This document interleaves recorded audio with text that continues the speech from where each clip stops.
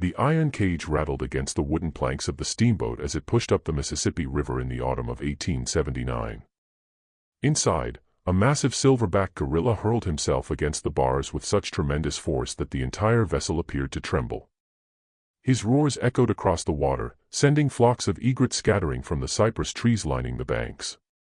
Passengers maintained their distance, some making the sign of the cross, others whispering that demons possessed the beast. But Cornelius Whitmore stood at the bow with crossed arms, a satisfied smile playing across his tobacco-stained lips. He had paid a fortune for this creature, more than he had ever spent on any single piece of property, human or otherwise, and he intended to ensure every plantation owner from Natchez to Vicksburg heard about it. Whitmore was not a man inclined toward modest displays. His plantation, Sweetwater Grove, sprawled across 3,000 acres of rich delta soil, worked by over 200 enslaved men, women, and children. He wore custom-tailored suits from New Orleans, drank French wine with his supper, and maintained a stable of thoroughbred horses that were the envy of the county. But none of that sufficed anymore. Any planter with money could purchase silk and horseflesh.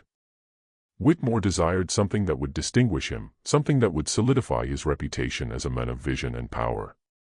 When he had heard about the exotic animal dealer in Charleston who specialized in African specimens, an idea had taken root in his mind. He would bring the savagery of the Dark Continent itself to his plantation. He would demonstrate to his neighbors, his competitors, and most importantly, his enslaved workers exactly what kind of force could be tamed and controlled by a man of true authority. Before we continue with this shocking story about the gorilla, don't forget to comment which city you're watching from and subscribe to the channel. Let's strengthen our community together. Thank you. And now back to the story. The gorilla had been captured in the dense forests of what European maps still called the Congo Free State, though there was nothing free about it for the people or animals living there. A Belgian trading company had commissioned hunters to bring back exotic specimens for European zoos and wealthy collectors. The silverback had been tracked for weeks, his troop gradually herded toward a clearing where nets and rifles waited. When the trap was sprung, 3 younger gorillas had been killed trying to defend him. The silverback himself had fought like a demon, breaking one hunter's arm and nearly killing another before a rifle butt to the skull finally brought him down. They had dragged his unconscious body into a cage barely large enough to contain him, and from that moment until he reached the Charleston docks 6 weeks later, he had known nothing but violence, hunger, and the constant roll of the ship that carried him away from everything he had ever known. By the time Whitmore took possession of the animal, the gorilla had become a concentrated mass of rage. The dealers warned him that the beast was untamable, that even the most experienced animal handlers had refused to enter his cage. One man had tried and lost 3 fingers for his trouble. But Whitmore was not discouraged. In fact, the creature's ferocity only increased its value in his eyes. He wanted his enslaved workers to witness something truly terrifying, something that would remind them that even the most powerful force of nature could be brought to heel by the right application of human will and ingenuity. And if the gorilla could not be tamed, well, there was always the option of having him shot and stuffed. Either way, Whitmore would have his spectacle. The steamboat docked at the Sweetwater Grove landing just after dawn on a Thursday morning in late October. The air was thick with morning mist rising off the river, and the cypress trees stood like ghosts in the gray light. Whitmore had ordered his overseer, a brutal man named Tuck Brennan, to assemble every enslaved person on the plantation in the main yard. Men who would normally have been in the fields at first light stood in silent rows. Women who worked in the house or the laundry held their children close. Everyone knew something unusual was happening, but no one knew what. Rumors had circulated for days. Some said the master had purchased a new overseer, one even meaner than Brennan. Others whispered that he was bringing in slave catchers with tracking dogs, preparing for trouble that had not yet arrived. A few of the older people who remembered being brought across the ocean themselves feared that new captives were being delivered, and with them the fresh trauma of separation and sale. What arrived instead defied everyone's expectations. A massive wagon rolled into the yard pulled by 6 draft horses straining against their harnesses. On the wagon bed sat the iron cage covered with heavy canvas. The sounds coming from beneath the canvas made children press their faces into their mothers' skirts. Deep guttural roars mixed with the metallic screech of claws or hands scraping against iron bars. The canvas bulged and shifted as whatever was inside threw itself against its prison. Whitmore walked alongside the wagon, his chest puffed out like a rooster, clearly enjoying the fear and confusion on the faces around him. Brennan walked on the other side, a rifle cradled in his arms, his usual sneer somehow even more pronounced. When the wagon came to a stop in the center of the yard, Whitmore climbed onto a wooden platform that had been erected for the occasion. He surveyed his audience with the practiced eye of a man who viewed human beings as livestock. Then he began to speak, his voice carrying across the silent crowd with the authority of someone who had never been contradicted in his life. He told them about the Dark Continent, about the savage lands where their ancestors had originated, lands of darkness and chaos that lacked the civilizing influence of Christian white men. He told them about the dangerous beasts that roamed those forests, creatures of pure instinct and violence. And then with a theatrical flourish, he ordered Brennan to pull back the canvas. The gorilla revealed stood nearly 6 feet tall, even in the cramped confines of his cage. His shoulders were impossibly broad, packed with muscle that bunched and shifted beneath his dark fur. His face was a mask of barely contained fury, with deep-set eyes that seemed to burn with intelligence and hate. The moment the canvas was removed and sunlight struck him, he exploded into motion, slamming his massive fists against the bars with such force that the entire wagon shook. His roar was unlike anything most of the people assembled had ever heard, a sound that seemed to emerge from some primal place before language, before civilization, before chains. Most of the enslaved workers took an instinctive step backward. Children cried out. Even some of the white overseers who had gathered to watch the show looked uncomfortable. But in the middle of the crowd, one man stood perfectly still. His name was Abayomi, though he had been forced to answer to the name Abe for so long that sometimes he almost forgot his real one. He was in his early 30s, tall and lean with the kind of wiry strength that came from a lifetime of brutal labor. His face was normally impassive, carefully schooled to show none of the thoughts or feelings that moved behind his eyes. Enslaved people learned early that displays of emotion could be dangerous, that it was safest to become a mask, to let masters and overseers see only what they expected to see. But now, as Abayomi stared at the gorilla in the cage, something in that mask cracked. His eyes widened, his breath caught in his throat, because he had seen something that nobody else in that yard could possibly have noticed. When the gorilla raised his left hand to slam it against the bars, Abayomi glimpsed the palm, and there, stark against the dark skin, was a distinctive marking, a patch of lighter pigmentation in the unmistakable shape of a crescent moon. It was roughly the size of a silver dollar, positioned right in the center of the palm where a fortune-teller might claim to read the lines of fate. Abayomi knew that mark. He had seen it before, years ago, in another life that felt like a dream or a story that had happened to someone else. He had been a child then, perhaps 8 or 9 years old, living in a village deep in the forests of what white men would later tell him was the Gold Coast. His father had been a skilled hunter and tracker, respected in their community for his knowledge of the forest and its inhabitants. Abayomi had often accompanied his father on expeditions, learning to read signs in the undergrowth, to move silently through the trees, to understand the language of birds and the warnings carried on the wind. On one of these journeys, they had encountered a troop of gorillas. His father had taught him to keep his distance, to show respect for these powerful creatures who were cousins to humans in ways that Europeans would not understand or acknowledge for many years to come. But there had been one young gorilla, barely more than an infant, who had become separated from his troop. Perhaps he had wandered too far while playing, or perhaps some predator had scattered the group. The young gorilla had been frightened and alone, making distressed calls that his father had recognized immediately.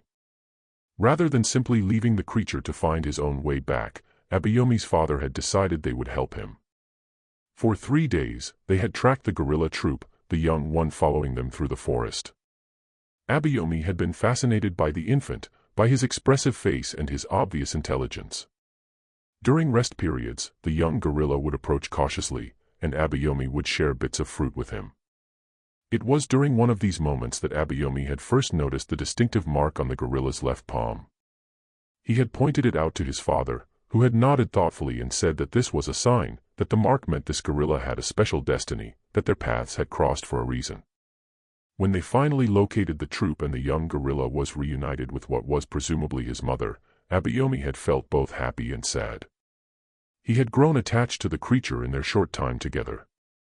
As they walked away, leaving the gorillas to their forest life, Abayomi had looked back one last time.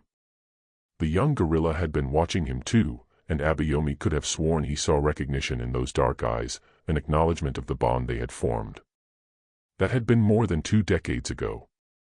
Not long after that journey, Abayomi's village had been attacked by slavers, African collaborators working for European traders who prowled the coast. He remembered fire and screaming, remembered his mother pushing him and his sister toward the forest, telling them to run. He remembered turning back to see his father fighting 3 men, remembered the sound of the club that struck his father down. He and his sister had run, but not far enough. They had been caught, bound, and marched to the coast along with dozens of others from their village and neighboring communities. The middle passage that followed had been a nightmare that Abayomi's mind had tried to protect him from by blurring the details. He remembered darkness, the stench of human waste and death, the constant sound of crying and praying. He remembered his sister's hand in his, and then he remembered her hand going limp, and then he remembered her being taken away. He had learned later, though nobody told him directly, that she had died in the hold of that ship, one of countless thousands who would never see land again. When Abayomi had finally been dragged up onto the deck and into the sunlight of a Charleston auction block, he had been 11 years old, alone, and so traumatized that he had not spoken for months. The men who bought him that day had been Cornelius Whitmore's father. Abayomi had spent his entire adult life on this plantation, had survived fevers and beatings and the casual cruelty that was woven into every aspect of enslaved life. He had learned English, had learned to hide his thoughts, had learned to survive. He had even formed cautious friendships with others in the quarters, people who shared his condition, if not his specific history. But he had never forgotten who he had been before, never forgotten his real name, never forgotten the forest and the village and the young gorilla with the crescent moon mark on his palm. And now, impossibly, that same gorilla stood before him in an iron cage in the Mississippi Delta. Abayomi knew it was impossible. He knew that even if the gorilla had survived to adulthood, even if he had been captured rather than killed, the chances of him ending up on this specific plantation were so astronomical as to be meaningless. And yet, Abayomi also knew what he had seen. That mark was too distinctive to be coincidence. This was the same gorilla, fully grown now, transformed into the massive silverback that raged against his bars. The young frightened infant who had followed them through the forest had become this magnificent and terrifying creature. And like Abayomi himself, he had been ripped from his home, transported across an ocean, and imprisoned in a strange land. The gorilla's roaring gradually subsided into a series of deep, rumbling vocalizations. And then, perhaps drawn by Abayomi's unwavering stare, the gorilla turned his head. Their eyes met across the dusty yard. For a moment, everything else seemed to fall away. The crowd of enslaved workers, the leering overseers, even Whitmore on his platform, all became background noise. Abayomi and the gorilla simply looked at each other, and something passed between them, a recognition that went beyond rational explanation. The gorilla's posture changed. The aggressive tension in his massive shoulders relaxed slightly. He stopped rattling the bars. Instead, he moved to the front of the cage, lowered himself into a sitting position, and continued to stare at Abayomi. His expression, insofar as a gorilla's face could be read by human observers, shifted from pure rage to something more complex.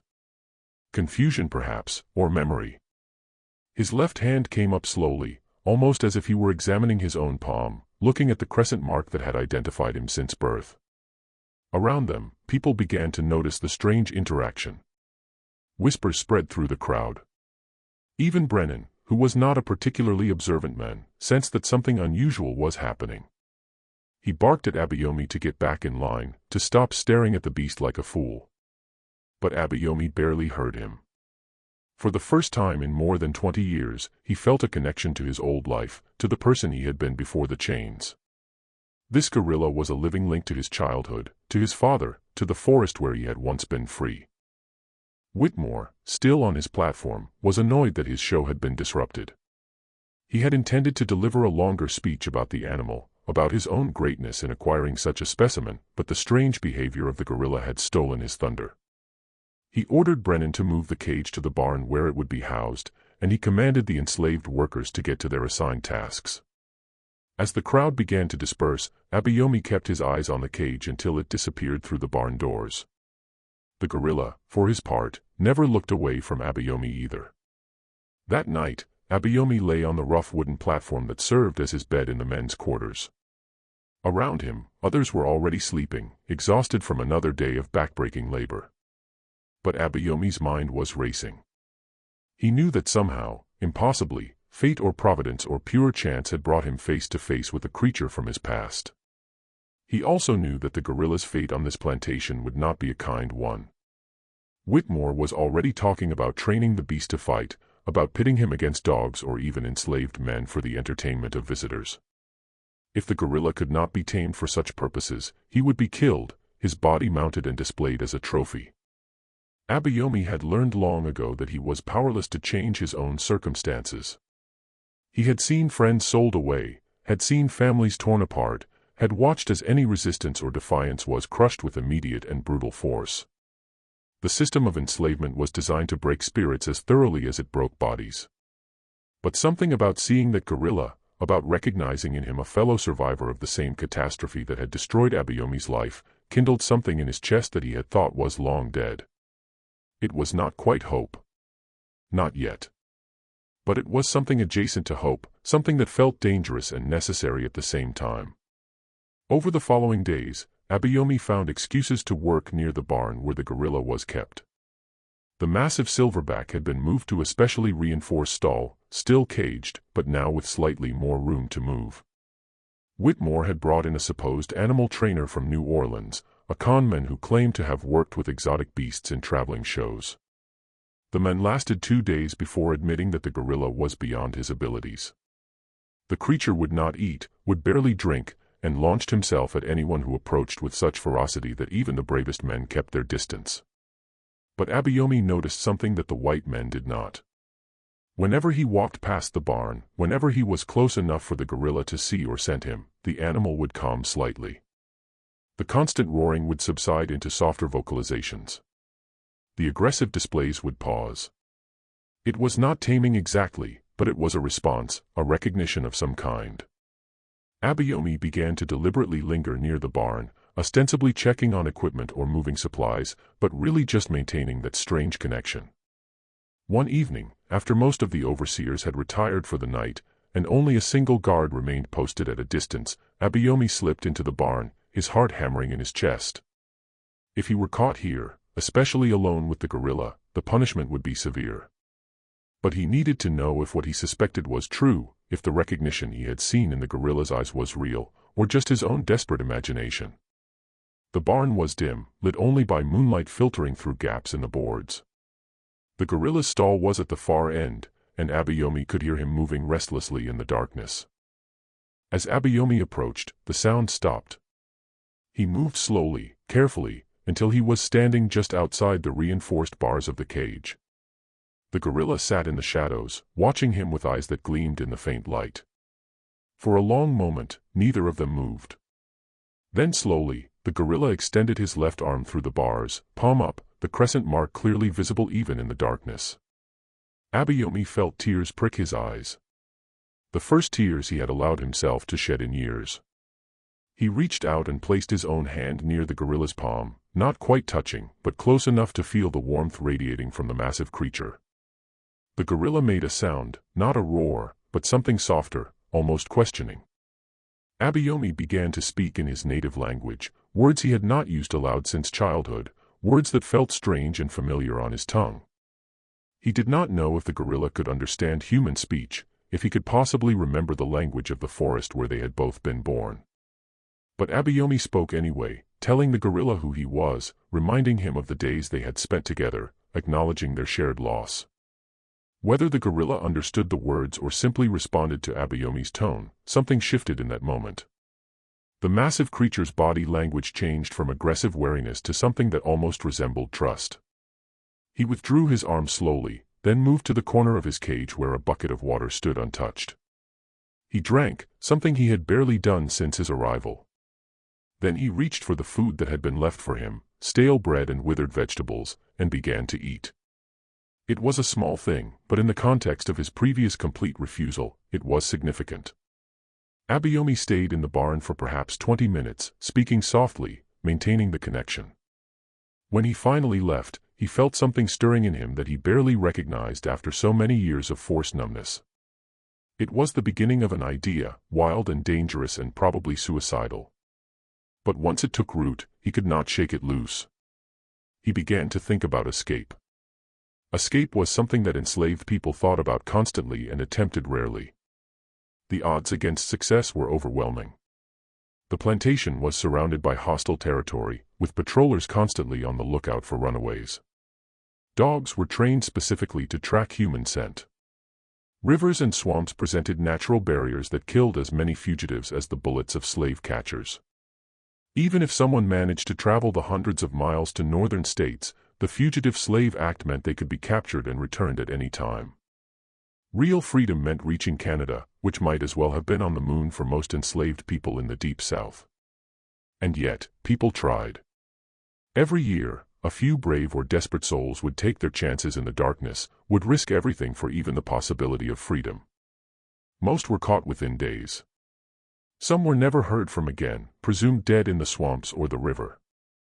A very few managed to disappear, their fate unknown, but their absence a constant reminder that escape was at least theoretically possible. Abayomi had never seriously considered attempting it himself. He had no family left, no particular destination in mind, and he understood the mathematics of survival too well to throw his life away on a gesture. But now there was the gorilla. Abayomi knew that the animal's life on this plantation would be short and brutal.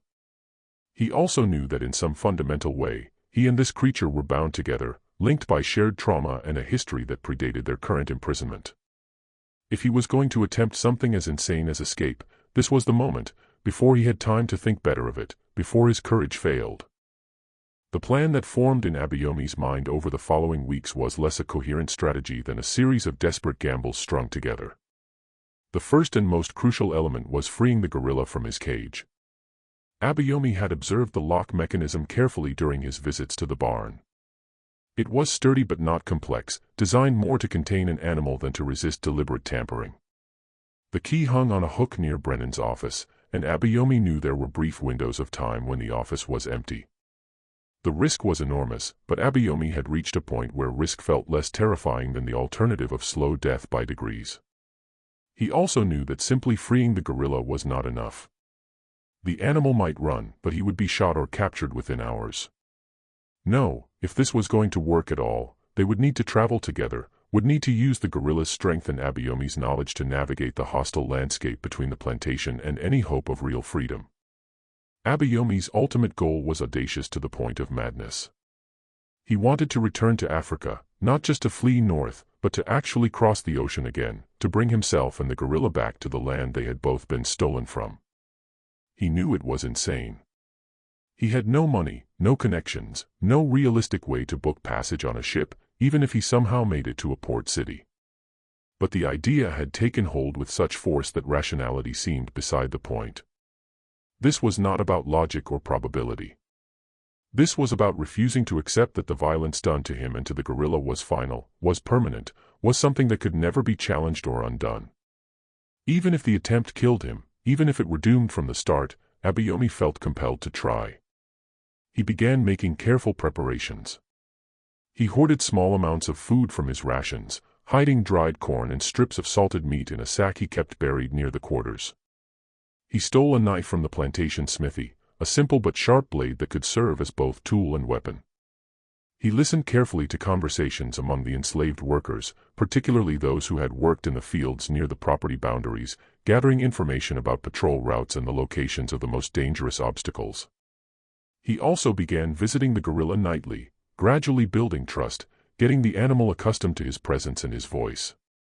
The gorilla, for his part, seemed to understand on some instinctual level that Abayomi was different from the other humans on the plantation. He no longer displayed aggression when Abayomi approached. He would sit calmly watching Abayomi with those intelligent eyes, occasionally making soft vocalizations that sounded almost conversational. Abayomi began leaving small gifts, handfuls of wild berries he foraged at the edges of the fields, or pieces of sugarcane he managed to pilfer. The gorilla would accept these offerings gently, with a delicacy that seemed at odds with his massive size and obvious power. Abayomi chose a night in early December for the escape. The weather was growing colder, which meant fewer people would be out after dark, fewer chance encounters that could expose them. The moon was in its dark phase, which would make travel harder but also make them less visible to pursuers. Most importantly, Whitmore was hosting a gathering of neighboring planters that night, which meant extra distractions, extra drinking, and guards whose attention would be focused on the main house rather than the barn or the quarters. As night fell and the sounds of the party drifted across the plantation grounds, Abayomi made his final preparations. He told no one what he was planning, not because he distrusted his fellow enslaved workers, but because he did not want to put them at risk. If anyone else knew about the escape and failed to report it, they would be punished as severely as if they had participated. This had to be Abayomi's burden alone. He retrieved his hidden supplies, strapped the knife to his waist, and waited for the right moment. Around midnight, when the party was at its peak and even the guards had been drinking, Abayomi slipped out of the quarters. His heart pounded so hard he was certain it could be heard, but the night remained quiet, except for distant laughter from the main house. He moved like a shadow toward Brennan's office, using the techniques his father had taught him decades ago, placing each foot carefully, controlling his breathing, becoming part of the darkness. The office was unlocked, which was both a relief and a terror.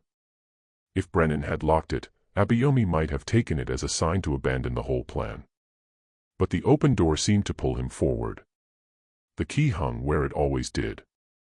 Abayomi's hand trembled as he reached for it, expecting at any moment to hear a shout, to feel a hand grab his shoulder, to have the whole desperate plan collapse before it even began. But the moment passed. He palmed the key, left the office, and moved toward the barn.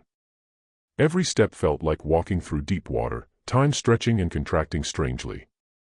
He was certain he would be caught, and yet somehow he continued forward, reaching the barn door, slipping inside, closing it behind him. The gorilla was awake, standing at the front of his cage as if he had been expecting Abayomi. In the darkness, his eyes reflected what little light penetrated the barn, giving him an almost supernatural appearance.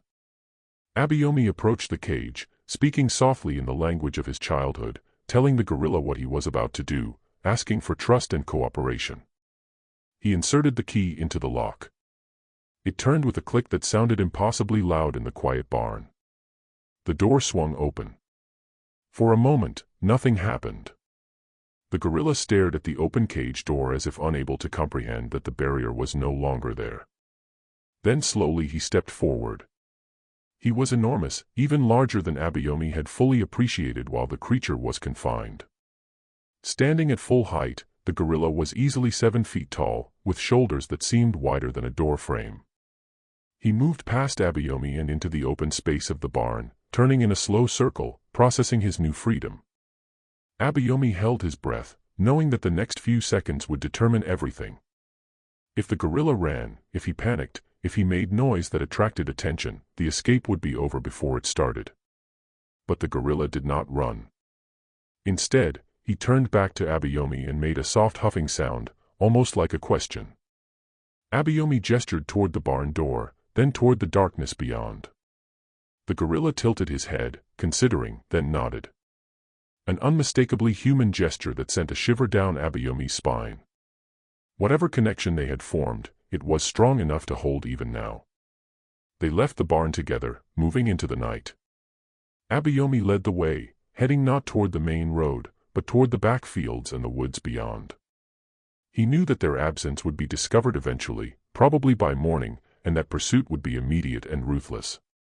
But he also knew the land, knew the places where the swamp grew too thick for dogs to follow easily, knew the old hunting paths that might hide their passage. The gorilla moved with surprising quiet for such a massive creature, following Abayomi's lead, stopping when Abayomi stopped, waiting when Abayomi paused to listen for sounds of danger. They reached the tree line as the first light of false dawn began to gray the eastern sky. Behind them, from the direction of the plantation, came the sound that Abayomi had been dreading, the ringing of the alarm bell, loud and insistent, shattering the quiet of early morning. Their absence had been discovered. The hunt would begin in minutes. Abayomi looked at the gorilla, saw his own fear reflected in those dark eyes, and felt a strange sense of calm settle over him. There was no going back now. Whatever happened next, they would face it together. Two stolen souls attempting the impossible, reaching for a freedom that the world insisted they could never have. They plunged into the woods as behind them the plantation erupted into chaos, and the long, desperate journey toward home began. The forest that stretched beyond the boundaries of Sweetwater Grove was nothing like the jungle where Abayomi had spent his childhood. These were the bottomlands of the Mississippi Delta, where cypress and tupelo trees rose from standing water, their roots creating twisted mazes that could trap the unwary. Spanish moss hung from every branch like gray beards, and the air was thick with moisture and the smell of decay. In summer, these swamps were unbearably hot and infested with mosquitoes. But in December, they were merely cold and miserable, the water low enough to wade through, but still deep enough to slow travel and leave clear tracks in the mud. Abayomi had spent years working these fields, had occasionally been sent to hunt or gather wood from the forest edges, and had absorbed more knowledge of the local terrain than his overseers realized. He knew that there were islands of higher ground scattered through the swamp, places where the water did not reach and where they might rest without leaving obvious signs of their passage. He also knew that the deeper they went into the swamp, the less likely the slave catchers would follow quickly. These men were brave enough when they had dogs and guns and numbers on their side, but even they thought twice about spending days in cold water with snakes and alligators. The gorilla followed Abayomi without hesitation, his massive frame moving through the water with a grace that seemed impossible for something so large. Occasionally, he would pause to examine something, a particular tree or plant, as if checking to see whether anything in this strange landscape matched his own distant memories of forests. Abayomi could only imagine what must be going through the animal's mind, whether he understood where they were going or if he were simply following out of trust. Either way, his presence was both a comfort and a complication. On one hand, the gorilla's strength could prove invaluable if they encountered dangers. On the other hand, he was impossible to hide, a creature so distinctive that anyone who saw them would remember and report their direction. They traveled through that first day without stopping, driven by the knowledge that Brennan and his men would be organizing a pursuit. Abayomi could picture the scene clearly, having witnessed other escape attempts over the years. The dogs would be brought out, bloodhounds trained to track human scent across impossible distances. Patrollers would be summoned from neighboring plantations, armed men on horses who earned bounties for every escaped slave they returned. Whitmore himself might join the hunt, furious at the loss of his exotic prize and determined to make an example of the men who had dared to steal it. As afternoon light began to filter through the canopy, Abayomi finally allowed them to stop on a small island of relatively dry ground. The gorilla collapsed immediately, clearly exhausted despite his strength. Abayomi realized that the animal had likely never had to travel such distances before, that his life in captivity had robbed him of the endurance his wild existence would have required. Abayomi broke out some of the food he had hoarded, offering dried corn and strips of meat to the gorilla, who accepted them gratefully. They ate in silence, listening to the sounds of the swamp around them, the calls of birds, and the distant splash of something large entering the water. Abayomi knew they could not stay in the swamp forever. His ultimate goal was to reach the Mississippi River and follow it south to New Orleans. It was a journey of more than 100 miles through hostile territory, but New Orleans offered possibilities that nowhere else did. It was a port city, diverse and chaotic, where a black man might potentially move with slightly more freedom than in the rural plantation districts. More importantly, it was where ships came and went, including ships that crossed the Atlantic. Abayomi had no clear plan for how he would get himself and a gorilla aboard such a vessel. But he knew that any chance of returning to Africa had to start there. The immediate problem was covering ground without being caught. Abayomi estimated they had traveled perhaps 10 miles from the plantation, which meant they were still well within the radius that Brennan's hunting parties would search. They needed to move faster, but the swamp was deliberately slowing their progress. Abayomi made a decision that he knew was risky but necessary. They would leave the swamp and travel overland, moving at night and hiding during the day. It would be more dangerous in terms of exposure, but it would allow them to cover more distance. That night, they emerged from the swamp and began following a rough path that paralleled a rarely used road. The gorilla seemed to understand the need for silence and caution, moving with careful deliberation, pausing whenever Abayomi signaled danger. The December night was cold, and both of them were soaked from wading through the swamp. But they could not risk a fire. Instead, they pressed forward, mile after difficult mile, guided by the stars that Abayomi had learned to read during the Middle Passage, the same stars that had guided slaves and fugitives since time immemorial.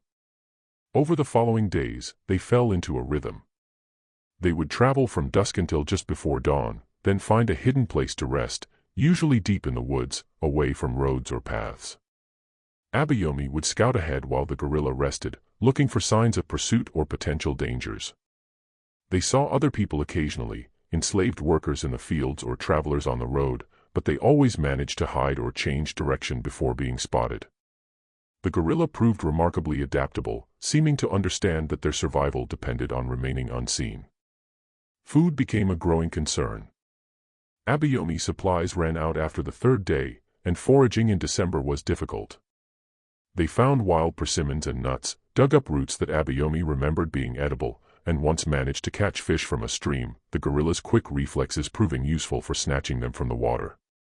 It was not enough to fully satisfy their hunger, but it kept them moving.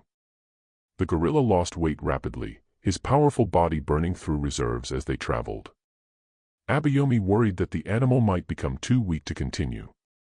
But the guerrilla never complained, never refused to move forward. His determination matched Abayomi's own. On the seventh night, they had their first serious encounter with danger. They were moving along a back road when they heard horses approaching. There was no time to hide properly, no convenient forest nearby to disappear into. Abayomi quickly led the guerrilla into a drainage ditch beside the road, and they pressed themselves as flat as they could against the muddy bottom, hoping that the darkness would hide them. The riders passed within yards of their position, patrollers by the sound of their conversation, discussing the escaped slave and the missing guerrilla that the whole county was now talking about. Abayomi held his breath, willing his heart to beat quieter, feeling the guerrilla's massive body tense beside him. But the riders continued on without pausing, and after several agonizing minutes, the sound of hooves faded into the distance. They lay in that ditch for another hour, making sure the coast was clear before finally emerging, covered in mud and shaking from cold and fear. The guerrilla made a soft sound that Abayomi interpreted as distress, and he reached out to touch the animal's arm, trying to offer comfort. They were both exhausted, both pushed beyond their limits, but they had no choice except to keep moving. Around the 10th day, Abayomi began to recognize landmarks that suggested they were getting close to the Mississippi River. The land was flatter here, the soil darker and richer. They passed through the edges of large plantations, staying well clear of the main buildings, but occasionally stealing food from storage sheds or smokehouses. It was dangerous, but necessary.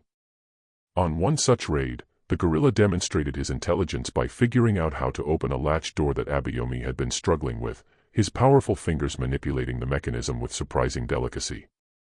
When they finally reached the river, Abayomi felt a complex mixture of emotions. On one hand, they had covered an incredible distance and survived when the odds had been overwhelmingly against them. On the other hand, the Mississippi was a formidable barrier, wide and powerful, even in the winter low-water season. They would need to find a way across, and then they would need to continue south along the far bank toward New Orleans, all while avoiding the increased population and attention that came with being closer to major settlements. Abayomi scouted along the riverbank until he found what he was looking for, a small landing with several boats tied up, probably belonging to fishermen or traders. He waited until deep night, then approached cautiously. The guerrilla waited in the shadows nearby, understanding without being told that his presence near human habitations would cause immediate alarm. Abayomi chose the most weathered and least valuable-looking boat, hoping it might not be missed immediately, and began working to free it from its mooring. His hands were clumsy with cold and fatigue, and the knot seemed determined not to come loose. But finally, he managed to free the boat and drag it to the water's edge. Getting the guerrilla into the boat was a challenge Abayomi had not fully anticipated. The animal was heavy, easily 400 pounds of muscle and bone, and the small boat rocked dangerously as he climbed aboard. For a terrifying moment, Abayomi thought they would capsize before they even pushed off from shore.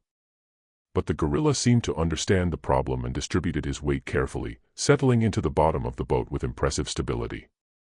Abayomi pushed off and began rowing, fighting against the current, aiming for a point downstream on the opposite bank. The crossing took hours, Abayomi's muscles screaming with effort as he fought to keep them moving in the right direction. The current was stronger than he had expected, and several times he thought they would be swept downriver into areas where they would surely be spotted. But gradually, painfully, they made progress. The gorilla sat perfectly still throughout the ordeal, his eyes fixed on Abayomi, his expression unreadable but somehow communicating trust. When they finally reached the western bank and dragged the boat ashore, Abayomi collapsed for several minutes, his arms useless, his lungs burning. The gorilla waited patiently, then gently touched Abayomi's shoulder as if to remind him that they could not rest for long. They abandoned the boat and pushed into the forest on the western side of the river. Abayomi knew that they were now in Louisiana proper, that New Orleans lay somewhere to the south, perhaps 50 miles away, perhaps more. He had no map, no clear sense of the route, only a general direction and a stubborn refusal to give up. They continued their pattern of night travel and day rest, working their way through a landscape of plantations and small settlements, always moving, always hiding, always one step ahead of discovery. The journey took another 2 weeks. Along the way, they encountered dangers and small miracles in equal measure. They narrowly avoided a group of slave catchers who had set up camp along one of the roads they needed to cross. They were forced to wade through another swamp when their planned route proved too exposed. The gorilla developed a fever, forcing them to stop for 2 full days while Abayomi tended to him with what limited medicinal knowledge he possessed, using bark and roots to make a tea that seemed to help. There were moments when Abayomi was certain they would be caught, moments when he was sure the gorilla would die, moments when his own strength failed and he wanted nothing more than to lie down and stop fighting. But somehow they kept going. And then, on a cold January morning, they saw it. From a hill overlooking the lands, they caught their first glimpse of New Orleans in the distance. A sprawl of buildings and church spires rising from the flat landscape. Smoke from thousands of chimneys creating a haze above the city. Ships crowded the waterfront, their masts like a forest of dead trees. It was the largest settlement Abayomi had seen since Charleston, and it represented both hope and danger in equal measure. They had reached the first major milestone of their impossible journey. Now came the even more difficult task of finding a way across the ocean. Abayomi and the gorilla did not enter New Orleans directly. Instead, they made camp in the woods several miles outside the city. Close enough to observe, but far enough to avoid casual discovery. Abayomi needed time to think, to plan, to figure out how to accomplish what still seemed like an impossible goal.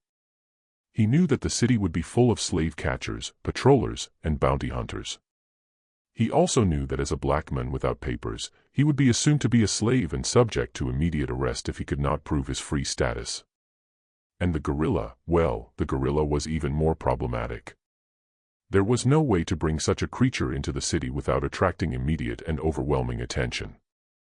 For several days, Abayomi scouted the approaches to New Orleans, observing the patterns of life on the outskirts.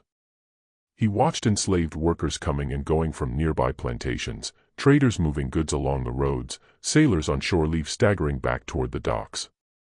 He began to form the outline of a plan, desperate and risky like everything else they had done, but at least possible in theory. New Orleans in 1880 was a complex place racially and culturally. Unlike the rural plantation districts they had traveled through, the city had a substantial population of free black people, many of whom were descendants of French and Spanish colonial unions, people who occupied an ambiguous middle ground in the strict racial hierarchies of the South. While they certainly did not have anything approaching equality with whites, they had some degree of legal protection and economic opportunity.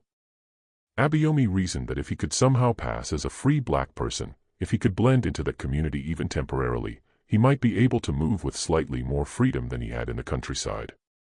The gorilla, however, presented an insurmountable problem for any conventional approach. There was no way to disguise or hide a 400-pound silverback gorilla in an urban environment. What Abayomi needed was not to hide the gorilla, but to find someone who could take him legally, someone who had the resources and motivation to transport an exotic animal across the Atlantic. It was a wild notion, but Abayomi had heard stories over the years about animal dealers, about men who made their living capturing and trading exotic creatures for zoos and exhibitions. If he could find such a person, if he could somehow convince them to take the gorilla and himself as a package, there might be a chance. This plan required Abayomi to do something he had not done in over 20 years, to walk openly among people as if he had a right to be there. It required paperwork he did not have, confidence he had spent decades learning to suppress, and luck that had not exactly been abundant in their journey so far. But he could see no alternative. They had come hundreds of miles, had survived impossible odds, and they were so close to the ocean that Abayomi could almost smell the salt in the air when the wind came from the south. He would not turn back now.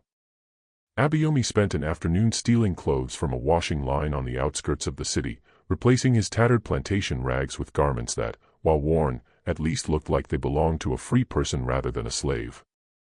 He used water from a stream to wash as much of the accumulated dirt and sweat from his skin as possible. He practiced speaking in the way he had heard free black men speak in the city markets he had visited decades ago when his master's father had brought him along on trading trips, trying to recall the subtle differences in tone and posture that marked the distinction between enslaved and free in a world obsessed with such markers. Then, on a morning in late January, he left the guerrilla hidden in their camp with strict instructions to stay quiet and hidden, and he walked into New Orleans alone for the first time. His heart hammered with every step. He expected to be stopped, questioned, arrested at any moment. But as he merged with the flow of people on the outskirts of the city, as he kept his eyes down but his posture confident, something remarkable happened. Nobody stopped him. Nobody questioned his presence. In the chaos and diversity of New Orleans, one more black man moving through the streets was not worth a second glance. Abayomi made his way toward the docks, drawn by the forest of masts and the smell of tar and salt water. The waterfront was a riot of activity, with ships being loaded and unloaded, merchants haggling, sailors working, and the whole polyglot culture of a major port on display. Abayomi listened to conversations, trying to identify anyone who might deal in exotic animals. He lurked near taverns where sailors gathered, hearing tales of voyages to Africa, Asia, and South America.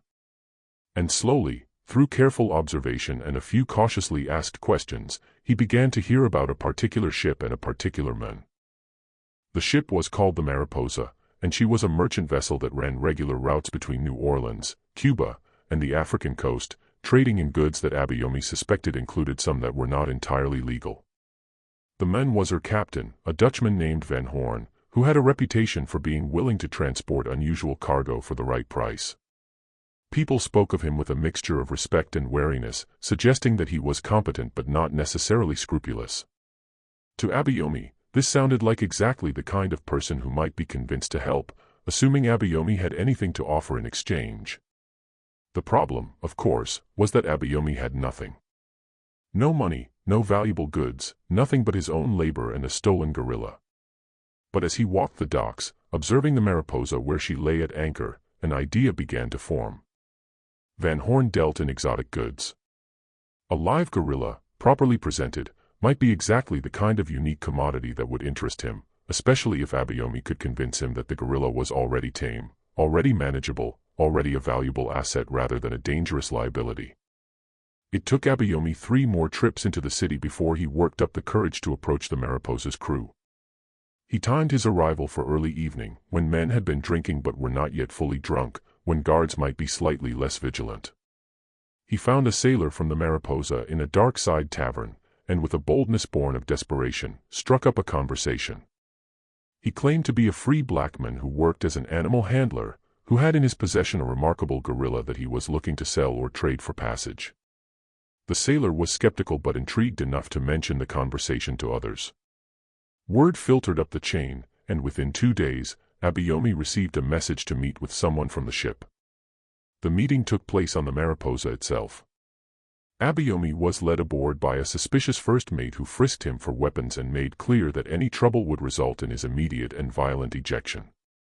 Captain Van Horn was a weathered man in his 50s with the deeply tanned skin of someone who had spent his life under the sun and the calculating eyes of a successful merchant. He listened to Abayomi's story with obvious skepticism, asking pointed questions about how a black man came to possess a gorilla, why he was so eager to reach Africa, and what made him think Van Horn would be interested in any of this. Abayomi had prepared for these questions.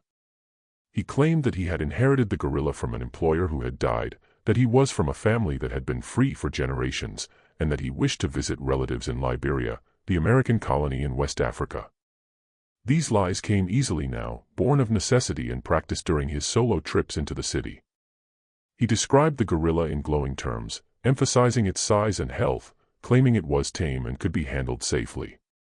He offered the animal to Van Horn in exchange for passage, arguing that a live gorilla would fetch an enormous price in European markets, far more than the cost of 2 more mouths on a ship heading to Africa anyway. Van Horn was not a stupid man, and Abayomi could tell he suspected at least some parts of the story were fabrications, but he was also a practical businessman who recognized an opportunity. Exotic animals were indeed valuable, and a live gorilla, if it was as impressive as Abayomi claimed, could potentially be sold for a substantial sum. After a long silence, during which Abayomi was certain he would be rejected or arrested, Van Horn made a counteroffer. He would examine the gorilla. If the animal was as described and could be safely transported, he would provide passage for both Abayomi and the gorilla to the African coast. In exchange, he would own the gorilla upon arrival and would sell it for his own profit. Abayomi would be free to disembark in Africa and make his own way from there. It was not ideal. Abayomi had hoped to bring the gorilla home to the forests, to release him to the life he had been stolen from. But he was pragmatic enough to recognize that this offer was better than any alternative he was likely to find. He agreed to Van Horn's terms, and they set a date 3 days hence for the captain to examine the merchandise. Getting the gorilla from their hidden camp to the arranged meeting point outside the city was one of the most nerve-wracking experiences of Abayomi's life. They had to travel in full daylight along roads where they might be seen, to a location that Abayomi had never visited before. The gorilla seemed to sense the importance of the moment and moved with careful silence. But his size made concealment impossible. Every moment, Abayomi expected to hear shouts, to see armed men appear, to have their desperate gambit collapse. But somehow they made it to the meeting point, an abandoned warehouse near the water where Van Horn had arranged to inspect the gorilla away from curious eyes. When the captain arrived with 2 of his crew, Abayomi saw the mixture of astonishment and calculation on their faces as they took in the massive silverback. The gorilla, for his part, regarded these new humans with wary suspicion but did not display aggression, especially with Abayomi standing beside him. Van Horn circled the animal slowly, keeping a respectful distance, examining him with the eye of someone evaluating valuable merchandise. After several minutes of tense silence, Van Horn nodded slowly. He asked Abayomi several questions about the gorilla's temperament, his feeding habits, whether he had ever attacked anyone. Abayomi lied smoothly, claiming the animal was docile and accustomed to human handling, leaving out the parts about cages and rage and the desperate escape that had brought them here. Van Horn seemed satisfied, or at least satisfied enough.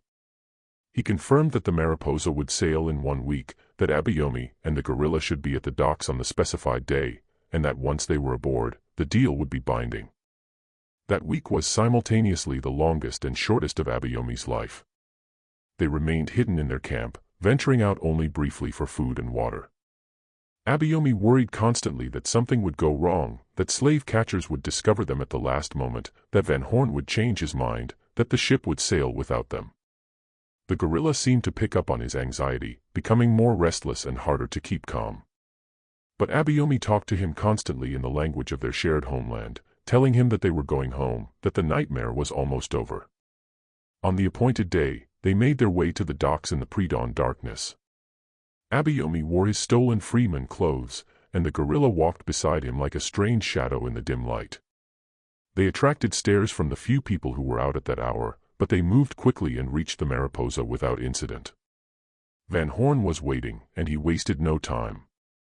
The gorilla was led below deck into a specially prepared hold, one that was larger and better ventilated than the cages he had endured before, but still unmistakably a prison. Abayomi wanted to protest, wanted to insist that the animal be treated better, but he swallowed his objections. They were so close now. Any complications could ruin everything. Abayomi himself was assigned a space near the gorilla, ostensibly so he could care for the animal during the voyage. It was not comfortable, and it was clear that the crew regarded him with suspicion and hostility, but it was passage. As dawn broke and the Mariposa raised her sails, As the city of New Orleans began to shrink behind them and the open water of the Gulf of Mexico stretched ahead, Abayomi felt something he had not felt in over 20 years. Not quite hope, not quite peace, but something in that direction. They had done it. Against every odd, against all reason, they had actually done it. They were going home. The voyage across the Atlantic took nearly 2 months. 2 months of cramped conditions, poor food, and the constant roll of the ship. For Abayomi, it was a strange echo of his first crossing, the one that had brought him to America as a terrified child. But this time, he was traveling in the opposite direction. And this time, he was not alone. The gorilla adapted to life aboard ship with surprising resilience. Abayomi cared for him carefully, ensuring he had adequate food and water, talking to him constantly, maintaining the bond that had sustained them through their impossible escape. The crew of the Mariposa were a rough lot, men from a dozen different countries who asked few questions and expected none answered. They regarded the gorilla with a mixture of fear and fascination, giving the animal a wide berth but occasionally stopping to stare through the bars of his hold. Van Horn checked on his investment regularly, clearly satisfied with his decision to take the risk. He spoke to Abayomi occasionally, asking questions about Africa, about Abayomi's supposed relatives in Liberia, questions that Abayomi answered with carefully maintained lies. As the voyage progressed and the ship entered African waters, Abayomi felt emotions rising that he had suppressed for decades. This was the ocean his ancestors had known, the water that surrounded the land of his birth. He spent hours on deck when he was allowed, staring at the horizon, waiting for the first glimpse of the coast. When it finally appeared, a dark line separating water from sky, Abayomi felt tears streaming down his face. The gorilla, somehow sensing the moment, made a sound that Abayomi had never heard from him before, a long, complex vocalization that sounded almost like singing. The Mariposa made port at a trading station near the mouth of a river that Abayomi did not recognize but that felt somehow familiar. Van Horn was efficient about his business. He had already arranged a buyer for the gorilla, a European collector who planned to ship the animal to a zoo in Belgium. Abayomi's heart broke at this news, but he had known from the beginning that this was the deal. He had secured their passage, but he had not secured their freedom. Not really. On the night before the gorilla was to be transferred to his new owner, Abayomi visited him one last time in the hold. The ship was quiet, most of the crew ashore, drinking in the local establishments. Abayomi sat near the bars of the gorilla's enclosure and spoke to him for hours in the language of their homeland, saying goodbye, saying thank you, asking for forgiveness. The gorilla listened, his eyes fixed on Abayomi's face, and Abayomi was certain the animal understood, if not the words, then at least the emotions behind them. And then, in a moment of decision that surprised even himself, Abayomi made one final choice. He had the keys to the enclosure, had been trusted with them to care for the animal. He used them now to open the door, to give the gorilla one last chance at freedom. He led the massive creature up onto the deck and then over the side of the ship into the shallow water near shore. The gorilla stood in the water, looking back at Abayomi, his expression questioning. Abayomi pointed toward the forest that was visible in the darkness, the trees that called to something deep in both their souls. He urged the gorilla to run, to disappear, to take the freedom that Abayomi was offering, even if it meant breaking his deal with Van Horn. For a long moment, the gorilla did not move. Then slowly he waded to shore. He paused at the edge of the forest, turned back one last time to look at Abayomi, and raised his left hand in what might have been a wave or a gesture of farewell. Abayomi saw the crescent mark on his palm, pale against the dark skin, the same mark he had first noticed a quarter-century ago when they were both young and the world had not yet stolen them. Then the gorilla turned and disappeared into the trees, moving with a speed and silence that suggested he remembered how to be wild, remembered what it meant to be free. Abayomi stood on the deck of the Mariposa and watched the forest until dawn, knowing that Van Horn would be furious when he discovered the loss, knowing that he might face consequences for this betrayal. But he did not care. He had made a promise to himself during their escape, a promise that he would do everything in his power to restore what had been stolen, even if it cost him. The gorilla was home now, truly home, in a way that Abayomi himself might never manage. It was enough. When Van Horn discovered the escape, his rage was as volcanic as Abayomi had expected. He threatened Abayomi with prison, with being sold back into slavery, with physical violence. But in the end, the practical captain recognized that pursuing the matter would be more trouble than it was worth. He threw Abayomi off his ship with nothing but the clothes he wore, washing his hands of the entire affair. Abayomi found himself standing on African soil for the first time in over 20 years, penniless and alone, but free in a way he had not been since childhood. He spent the following weeks working his way along the coast, hiring himself out for labor, slowly making his way back toward the region where he thought his village might have been. He knew the chances of finding it were slim. Knew that even if he did, everyone he had known would likely be gone, dead or scattered. But he had to try. He had come too far, had sacrificed too much not to make the attempt. What he found was both heartbreaking and hopeful. His village was gone, destroyed and abandoned decades ago. But there were other villages, other people who spoke languages he partially understood, who welcomed him as a returning son of Africa. He settled in one of these communities, working as a hunter and guide, using the skills his father had taught him and that somehow, despite everything, he had not entirely forgotten. He never married, never had children, but he found a kind of peace in his final years. And sometimes, in the early morning or late evening, he would walk to the edge of the forest and look into the shadows beneath the trees. He never saw the gorilla again, never found any trace of him. But occasionally, he would hear something, a distant roar or call that sounded familiar, that sounded like home. And Abayomi would smile, knowing that somewhere in those forests, a gorilla with a crescent mark on his left palm lived free. A survivor who had returned from the impossible.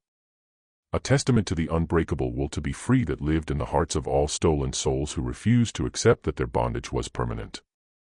It was the ending of a journey that should never have happened. A reunion that defied every law of probability and fate. Two beings torn from the same forests, stolen by the same evil, had found each other in the worst place imaginable and had together traveled the impossible distance home. Their story would never be recorded in any history book, would never be acknowledged by the men who had enslaved them both.